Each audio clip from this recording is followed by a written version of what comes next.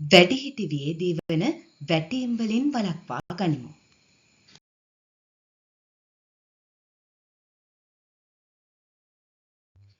ඔබ දැන සිටියාද සෑම වයස අවුරුදු 65ට වැඩි පුද්ගලයන්ගෙන් 3 දෙනෙක්ගෙන් එක් අයෙක් වසරක් තුළදී එක් වැටීමේ අනතුරකට හෝ භාජනය වී ඇති බව. ඒ වගේම වයස අවුරුදු 80ට වැඩි පුද්ගලයන්ගෙන් නම් එය 2 දෙනෙක්ගෙන් එක් අයෙක් බව. වයසින් වැඩිවත්ම අපි වැටීමේ සම්භාවිතාවයත් වැඩි වෙන බව.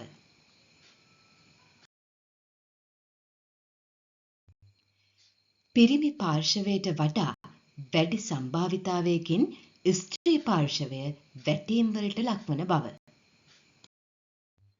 වැටීම් වලට ලක් වූවන්ගෙන් හරි අඩක් රෝහල්ගත කිරීමට සිදුවන බව. වයස අවුරුදු 65ට වැඩි පුද්ගලයන්ගේ ආබාධ වලින් 4න් 3ක් සිදුවන්නේ වැටීම් නිසා බවත් එම ආබාධ සෞඛ්‍යයට හා දිවියේ ගුණාත්මක භාවයට අහිතකර බලපෑම් ඇති කරන බව. ඉලක්කගත පිළියම් යෙදීම මගින් ඇද වැටීම් 30-40ක් අතර ප්‍රමාණයකින් අඩු කරගත හැකි බව. එහෙනම් අද අපි කතා කරමු වයස්ගත වීමේදී සිදුවන වැටීම් සඳහා හේතු මොනවද? වැටීම් වල අතුරු ආබාධ කොයි වගේද? වැටීම් සඳහා අපි ප්‍රතිචාර දක්වන්න ඕනේ කොයි වගේද? වැටීම් බලක්වා ගත යුත්තේ ඇයි? සහ වැටීම් බලක්වා ගන්න කළ යුත්තේ කුමක්ද? වයස්ගත වීමේදී සිදුවන වැටීම් සඳහා හේතු මොනවාද?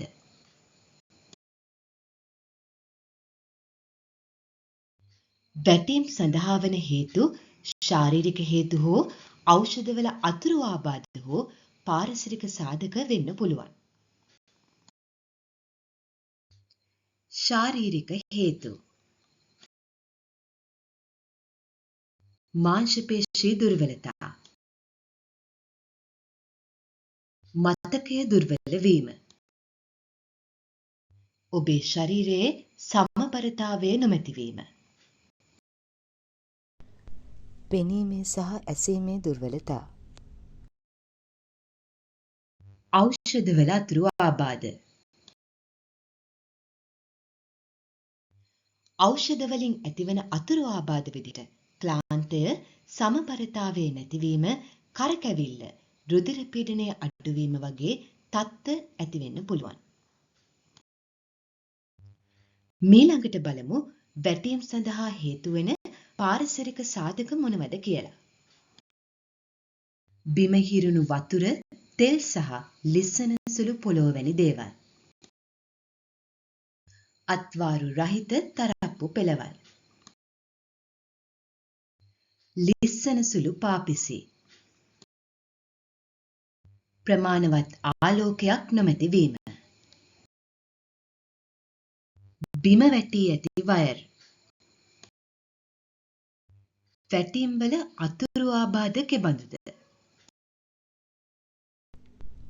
අස්ථි පිඳීම්, උලුක්කු වීම ඇතිවීම. මොළයට සිදුවන හානිවීම්. මේ හානිවීම් මොළයේ ඇතිවන තැලීම්, මොළය තුළ වන ලේ ගැලීම් ආදිය වෙන්න පුළුවන්. කැපුම් සහ ඇනීම් තුවාල වීම. තැලීම් සිදුවීම. වැටීම් සඳහා ප්‍රතිචාර දක්වන්නේ කෙසේද?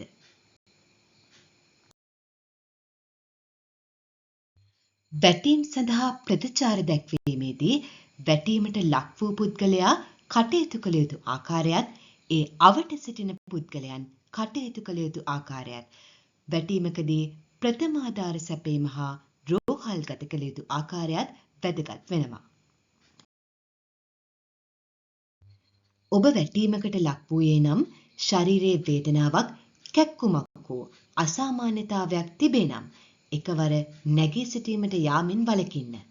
ඒ වගේම වේදනාවක් නැතිනම් හා අවට පරිසරයේ අවදානමක් නැතිනම් ළඟම තියෙන ආරක්ෂිත පුටුවකින් ඉඳගන්න. ශරීරයේ පිටුපස ගෙල පෙදෙසෙහි හෝ හිසෙහි වේදනාවක් හෝ කැක්කුමක් ඇත්නම් සිටින ඉරියව්වෙන්ම නිශ්චලව සිටින්න. උදව් ඉල්ලා කෑ ගහන්න. ඔබ වැටීමක් අවට සිටින පුද්ගලයෙක් නම් අවට පරිසරයේ අනතුරක් තියෙනවා නම් එය වහාම ඉවත් කරන්න. වැටීමට ලක්වුණ පුද්ගලයා එකවර නැගිටවන්න හෝ එසවන්න උත්සාහ කරන්න එපා. වැටීමට ලක්වුණ පුද්ගලයා නිරීක්ෂණය කරලා ඔහුගේ හෝ ඇයගේ ප්‍රතිචාරත් වේදනාව පවතින ස්ථාන පිළිබඳවත් අනතුරේ ස්වභාවය පිළිබඳවත් අවබෝධයක් ලබා ගන්න උත්සාහ කරන්න. අස්ථි බිඳීමක් ගැන ඔබ සැක කරනවා නම් ඒ බාහුව නිශ්චලව තියන්න. සෙලවීමෙන් වළකින්න.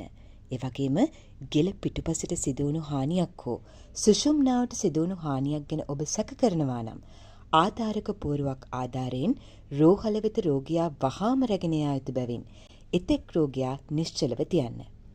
සන්ධියක සිදුවුණු අසාමාන්‍යතාවයක් හරි අස්ථි බිඳීමක් ගැන ඔබට සැකයක් ඇත්නම් ඉක්මනින් යථා තත්ත්වයට පත් කිරීම රෝගියාට ඉක්මන් සුව ලැබීමට හේතු වන බැවින් හැකි විගසම ළඟමැති රෝහල වෙතට රෝගියා රැගෙන යන්න.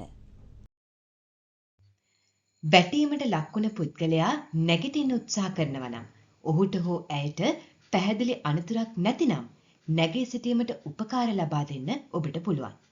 නමුත් රෝගියාට දැඩි ශාරීරික වේදනාවක් ඇත්නම් හෝ පැහැදිලි ලෙසටම අනතුරින් හානියක් වෙලා යයි අනුමාන කරනවා නම් 1990 හදිසි අනතුරු ගිලන් රථ සේවය අමතා රෝගියාව රෝහලකට රැගෙන යන්න.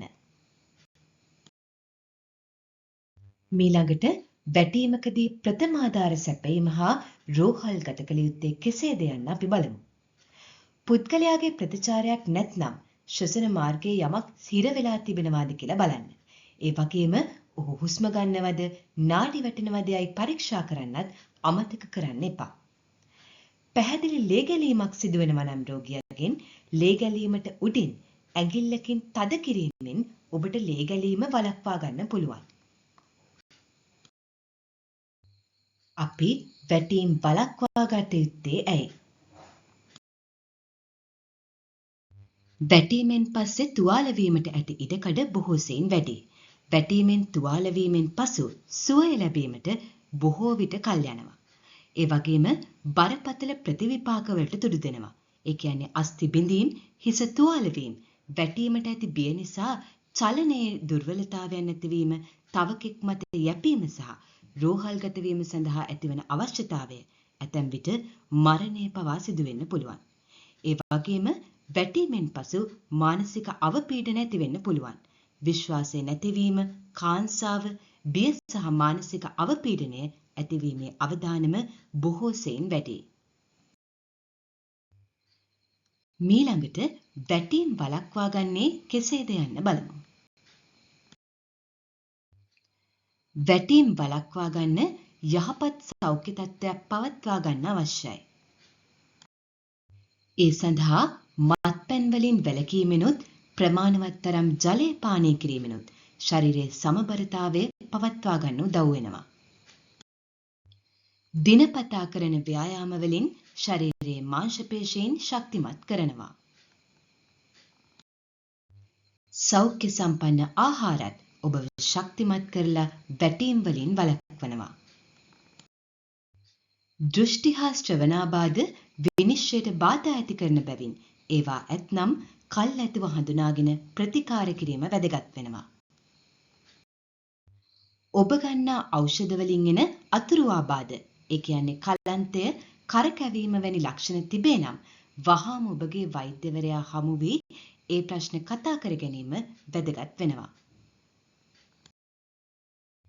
මීළඟට වැටීම් වැළැක්වීම සඳහා යහපත් වටපිටාවක් සකස් කරගන්නේ කෙසේද යන්න අපි බලමු. ඔබේ නිවස පිළිවෙලට තබා ගන්න. හොඳින් ආලෝකමත් කරගන්න. ඔබේ නිදන කාමරයේ රාත්‍රී ආලෝක පහනක් දල්වා තියන්න. නිවැරදි උසින් යුත් ඇඳන් භාවිතා කරන්න. එයින් රාත්‍රී රාත්‍රියේදී ඔබව ඇද වැටීම වළක්වනවා ඇති. නාන කාමරයේ ලිස්සා නොවන පාපිසි භාවිතා කරන්න. ඔබට අවශ්‍ය නම් අත්වාරු පටි සවි කරගන්න. ඔබේ මුළුතැන්ගේ වතුර හා තෙල් බිම ඉහිරීමෙන් වළක්වා ගන්න. තරප්පු පෙළට අත් දෙකෙන් අල්වා ගන්න පුළුවන් අත්වාරුවක් යොදන්න. ඒ වගේම හොඳින් ආලෝකමත් කරන්නත් අමතක කරන්න එපා. පොළවෙහි බිම ඇති ලිස්සන සුළු පාපිසි පොළවෙහි කඩතුළු ඉවත් කරන්න වග බලා ගන්න. වැටීම් වලින් වළක්වා ගන්නට ඔබේ ඇඳුම් සහ පාවහන් වෙනස් කරගත යුතු ආකාරය. ඔබට ගැළපෙන ඇවිදීමේ අපහසුවක් නැති කෙටි ඇඳුම් භාවිතා කරන්න. හොඳින් ඔබේ කකුලට සවිවන ලිස්සන්නේ නැති පතුලක් සහිත පාවහන් භාවිතා කරන්න පුරුදු වෙන්න. මහමගදී වැටීම් වලින් ආරක්ෂා වෙන්න ඔබට කරන්න පුළුවන් දේ. සෑම විටම පදික වේදිකාවෙන් ඇවිදින්න වග බලා ගන්න. සමතල නොවූ කඳු බෑවුම් වලදී ප්‍රවේශම් සහගත වන්න. වෛද්‍යවරයෙකු ඔබට නිර්දේශ කරන ලද ඇවිදීමේ උපකාරක ඇතනම් ඒවා භාවිතා කරන්න. පාර මාරුවීමේදී කහයිර මතින් පාර මාරුවීමට ප්‍රවේශම් වන්න. එසේනම් ස්තුතියි ඔබ සැමට. ආයුබෝවන්.